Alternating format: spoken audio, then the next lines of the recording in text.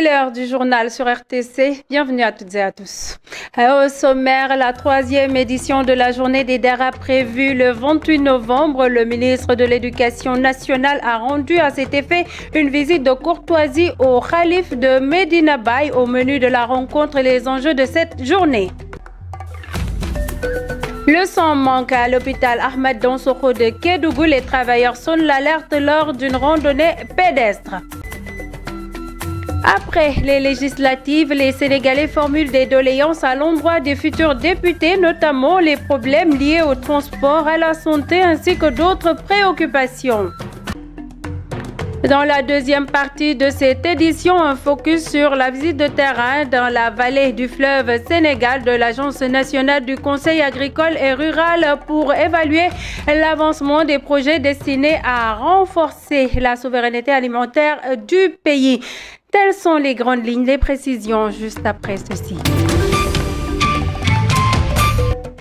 Bonsoir à toutes et à tous. Visite du ministre de l'Éducation nationale à Medina Baye ce dimanche. C'est en prélude à la célébration de la journée destinée ou de la journée nationale des Daara. Sa rencontre avec Mohamedou Mahi Ibrahima Niasse fut l'occasion de revenir sur les enjeux de cette journée.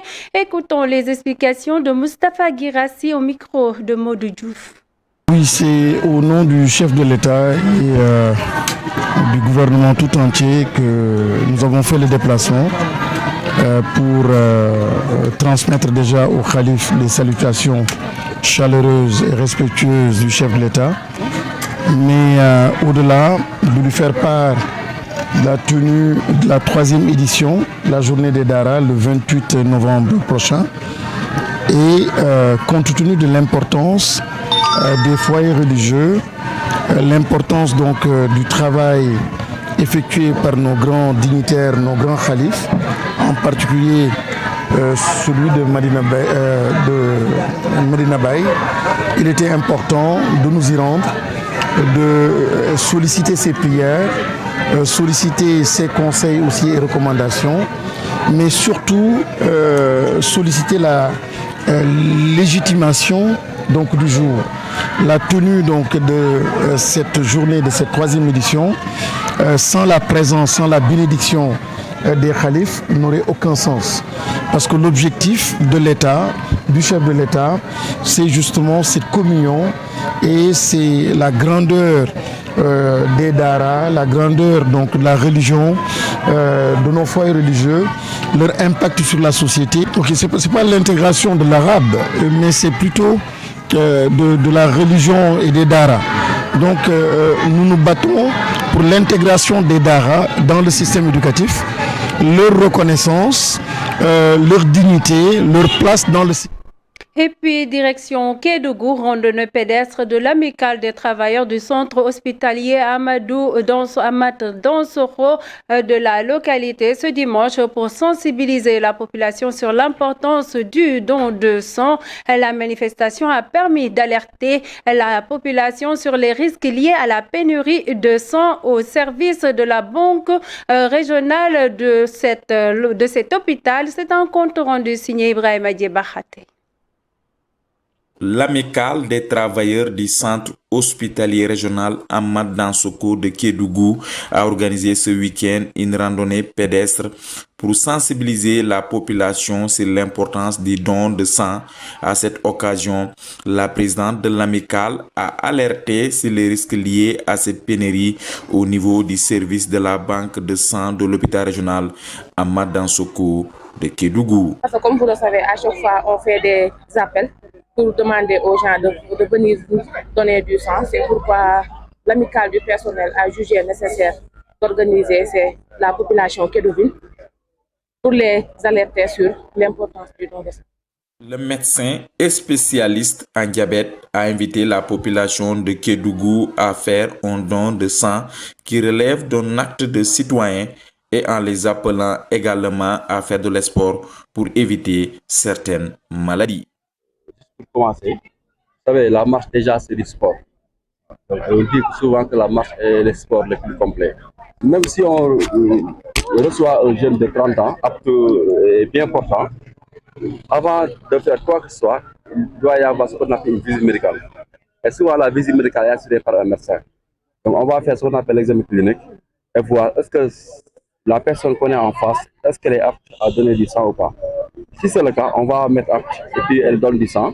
Et durant tout le don, on va aller faire ce qu'on appelle une surveillance. Donc, une personne diabétique qui est normale à l'examen, qui ne présente pas de complications, effectivement, peut donner du sang. A prévu d'organiser le 20 décembre prochain un arbre de Noël pour établir un programme annuel et spécifiquement sur le don de sang. Dans l'actualité également, l'Institut Pasteur en visite d'immersion à Kumbakara et dans Kolda ville pour promouvoir les métiers liés à la fabrication de vaccins. Cette initiative vise à instaurer un climat de confiance entre la communauté et l'Institut qui ambitionne de produire 3 millions de vaccins par an. Voici les explications de Mariem Sidja, chargée du programme avec Abdou Diaw. À Kolda aujourd'hui, dans le cadre de ce programme-là et dans le cadre de notre partenariat avec la Fondation Batonga.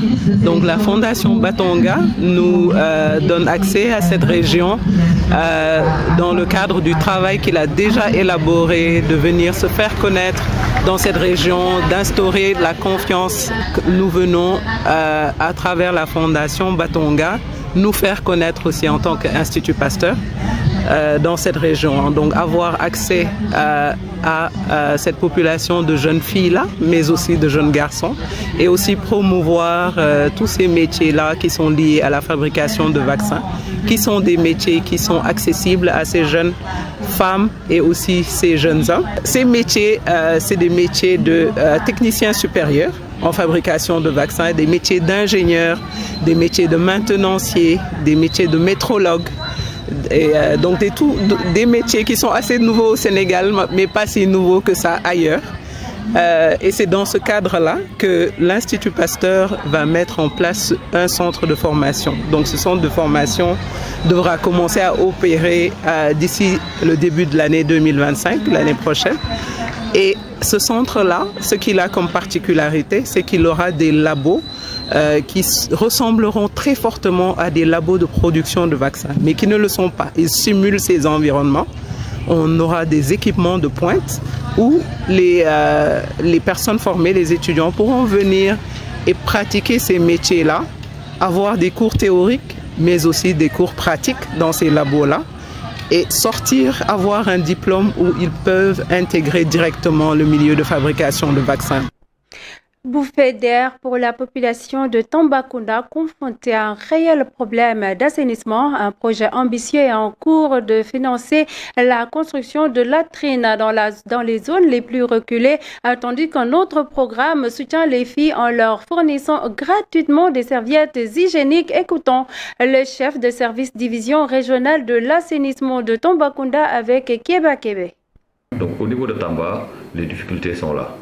Donc la région est vaste, donc les difficultés tournent autour de l'accès à l'eau, à une abondante, sécurisée et moins chère. Donc ce sont les trois triptyques qu'il faut retenir. Maintenant, pour le monde rural, ce qu'il faut dire, c'est qu'on a un habitat dispersé et un accès très faible à l'assainissement. Ce qui fait que Tamba compte l'un des taux de défécation à l'air libre le plus élevé du pays. Donc ce qui a poussé l'État maintenant à mettre en place un certain nombre, avec ses partenaires techniques et financiers, un certain nombre de programmes pour résorber ce déficit. Les attentes, c'est quoi? C'est d'abord, pour Tamba, si on peut avoir maintenant une augmentation des fonds pour augmenter les quartiers qui vont bénéficier du réseau d'assainissement. D'abord, c'est une chose. Ensuite, puis on peut avoir aussi des moyens pour mettre en place le dispositif de dépotage pour que les fosses qui sont dans la commune puissent être vidangées au niveau de la station, parce que ce n'est pas encore le cas. Ce qui fait que les gens, maintenant, quand ils vidangent les fosses, ils déposent ça dans la nature, ce qui fait que ça réduit. On ne règle pas le problème, on le déplace. Donc si maintenant, à travers ces acides-là, on peut avoir cette station-là, ce serait la suite de la station, je crois que ce serait une bonne chose. L'autre élément maintenant, c'est quoi? C'est l'augmentation de l'accès à l'assainissement, surtout en milieu rural. Parce que la zone est très vaste, elle est densément peuplée, mais l'accès à l'assainissement est très faible. Mais on pense que aussi, en plus des 1802 latrines qui seront construites dans le département de Koumpentoum, on aura aussi d'autres éléments, d'autres interventions de temps en temps qui vont faire que d'ici 2030, je pense qu'on aura un accès universel à l'assainissement, aussi bien en milieu urbain qu'en milieu rural, et que le taux de traitement aussi des eaux usées en milieu urbain aussi va augmenter et va respecter les normes qui ont été engagées par le Sénégal à travers les ODD 6.2. Augmentation du nombre de motos-taxis dans la commune de Vélingara où elles représentent le seul moyen de transport pour une grande partie de la population. Cependant, ce nombre élevé de conducteurs entraîne une baisse de la rentabilité de l'activité. Plusieurs jeunes ayant abandonné l'école ou d'autres métiers se tournent désormais vers cette activité. Un reportage signé Maria Maba. Dans la commune de Vélingara, les motos poussent comme des champignons. On peut compter plus d'une vingtaine d'arrêts avec des noms différents. Elles sont partout et constituent le principal moyen de transport pour la population. Ainsi, beaucoup de jeunes en profitent pour gagner leur vie. On a pris les motos pour nous travailler avec les motos. Parce que les motos, ça nous rapporte beaucoup de choses. Nous, on est des responsables. Parce que moi, je suis en condition de taximan parce que j'ai travaillé depuis 5 ans. Maintenant, le taxi m'a apporté beaucoup de choses. Je suis marié, j'ai des enfants. J'ai des enfants qui éduquent ici à cette école-là. Maintenant, c'est là-bas que j'ai gagné pour payer pour les mensualités des enfants. Là. Oui. Cependant, les choses ne marchent plus comme avant. Les tarifs ne sont pas bons. Maintenant, tu prends un client, il va à la station ou au garage, il te dit également, donne-moi 300, il dit non. Le tarif également, c'est à 200 francs. Nous sommes des taximans. Depuis 2015, on a commencé à faire taxi-moto. Donc vraiment, c'est désolant parce qu'il n'y a pas de clients. Autre difficulté majeure, l'arrivée des jeunes vers cette activité. Actuellement, les enfants, tout ce qu'ils faisaient, ils ont relâché. Il y a des enfants qui étudiaient le français. Il y a des enfants qui étaient dans les chantiers, dans les cases de métier. Mais tout ça, les enfants ont laissé.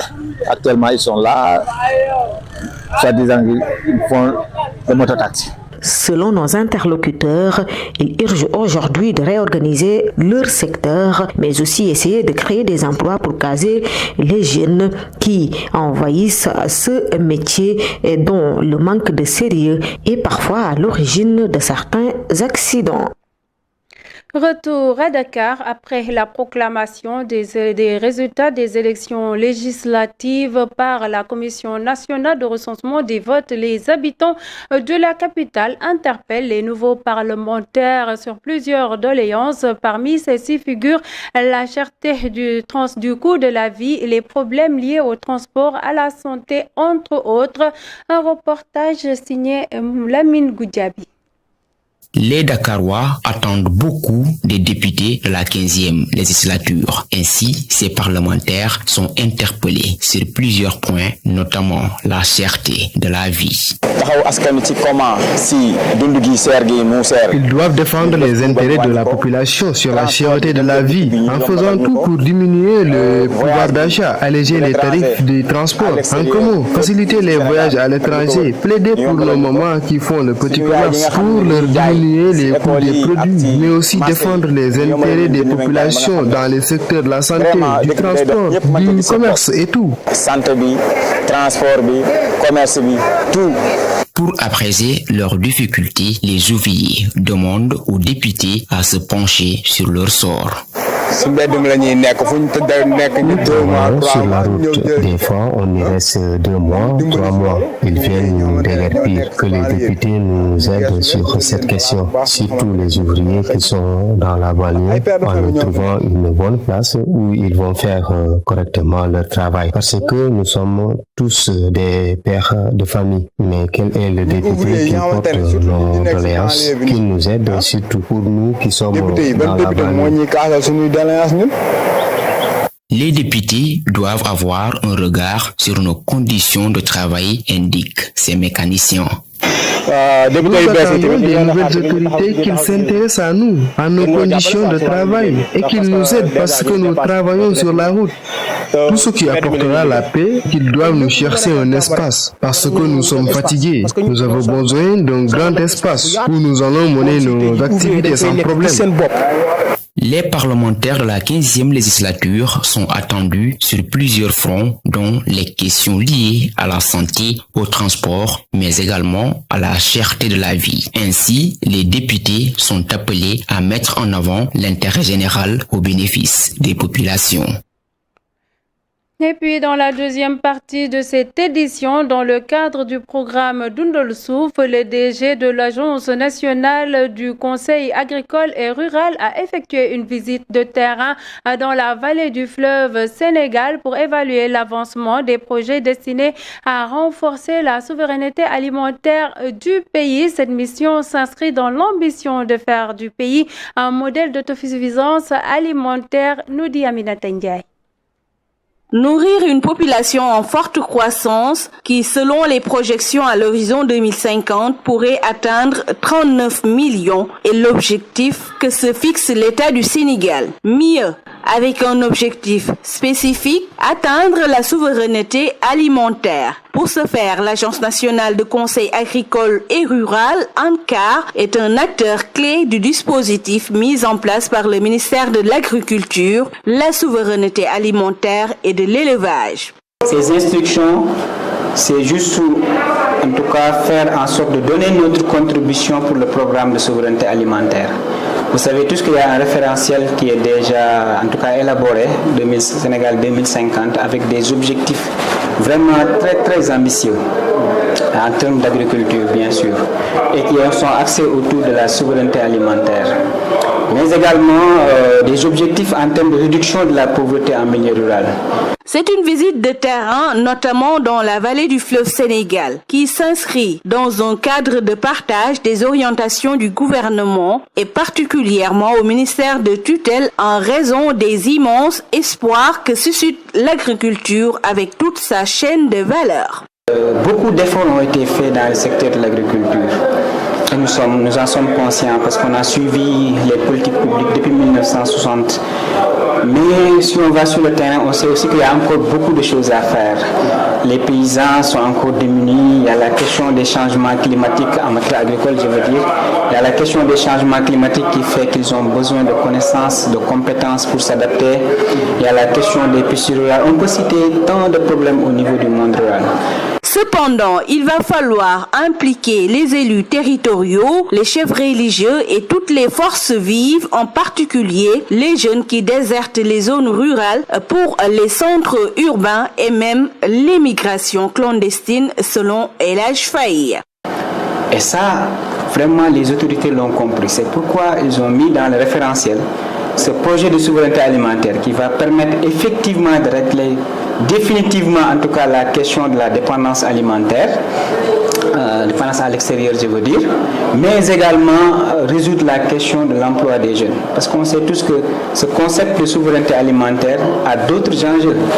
Le premier enjeu, c'est bien sûr d'arriver à nourrir une population en forte croissance, mais avec toutes les activités de la chaîne de valeur, la production, la transformation, la commercialisation, c'est beaucoup d'emplois qui seront créés et qui vont répondre au défi de l'emploi des jeunes.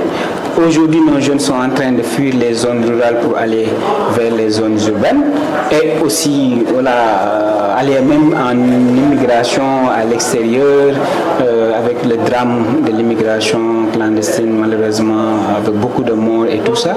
Alors que cette question de souveraineté alimentaire peut répondre à cette préoccupation, mais également répondre à la préoccupation de l'amélioration des revenus de façon globale. En investissant de façon optimale dans l'agriculture, outre la souveraineté alimentaire, le gouvernement vise aussi à créer des emplois pour les jeunes, l'accroissement des revenus des ménages et la création des richesses dans le Sénégal. Aminata Ndiaye, fin de cette édition. N'oubliez pas, l'information continue sur www.uracsenegal.sn. Merci et au revoir.